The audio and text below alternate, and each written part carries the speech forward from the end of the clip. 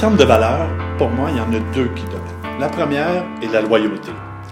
Le client qui me confie son bien le plus cher, sa maison, probablement son actif de plus grande valeur, il est important de comprendre que la relation, elle doit être appuyée sur la loyauté. Loyauté, ce que ça veut dire pour moi, c'est, dans un premier temps, le discours que je m'engage à tenir face à lui va être le même quand je vais être avec d'autres. Donc, si je m'engage à vendre sa propriété à un prix X, bien, ce prix-là va être le reflet de ce que je vais publier et annoncer sans laisser sous-entendre quoi que ce soit. On le voit souvent dans notre profession, qu'on entend des commentaires qui ne sont pas nécessairement le reflet de ce qu'un propriétaire devrait entendre.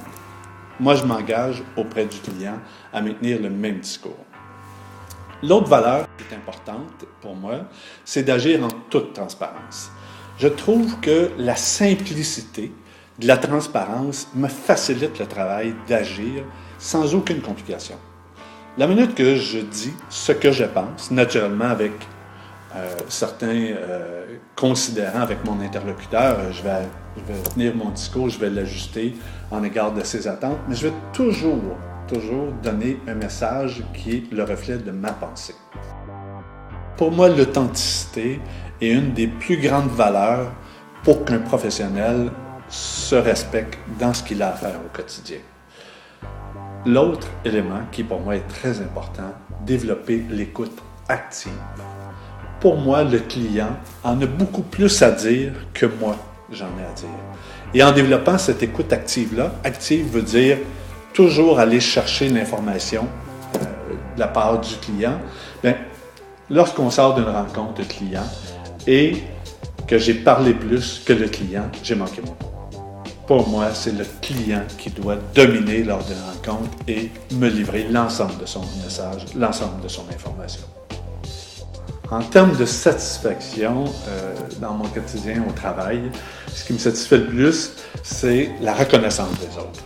Pour moi, il y a une importance qui m'est propre, c'est-à-dire que j'assure un niveau, du moins mon objectif est d'assurer un niveau d'excellence dans mon travail et j'apprécie énormément à la fin, lorsqu'on est rendu chez le notaire, un client qui me dit « Richard, je te remercie. Ça a été un grand plaisir de travailler avec toi. » Aujourd'hui, je suis dans ma 3e année.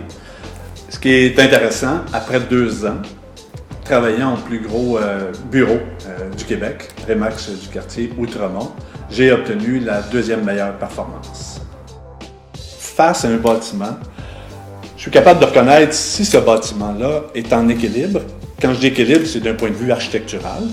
Et de même, au niveau de la qualité de construction, comment il a vieilli, ce bâtiment-là, quel est son âge effectif. Bref, tous les enjeux rattachés au qualitatif du bâtiment, avec mes 35 années d'expérience en génie civil. L'autre aspect qui me permet aussi de me positionner, c'est que j'en ai dessiné et construit 8 personnellement et fait de mes mains. Donc, en partant d'une idée, d'un croquis, j'ai fait mes plans et j'ai construit moi-même. Bref, c'est un héritage familial. C'est mon père qui m'a donné ces outils-là pour construire les propriétés. De ça, bien, de succès en succès, aujourd'hui, quand je regarde une propriété, je suis capable d'évaluer la qualité d'un coup d'œil. Ensuite, on est capable d'aller plus loin au niveau de l'inspection, mais jamais je vais me substituer au rôle d'inspecteur dans le cadre de mon travail. Un autre élément, moi, je le vois associé directement à mes objectifs d'être un professionnel qui vise l'excellence. Dans chacune de mes actions, l'ensemble de mon travail est mesuré pour obtenir les meilleurs résultats. Donc, que ce soit de l'étape, de la rencontre du client, aller à la mise en marché de la propriété, réaliser la vente et jusqu'à se rendre chez le notaire, l'ensemble de ce service-là est couvert auprès du client et, au risque de me répéter, on vise l'excellence.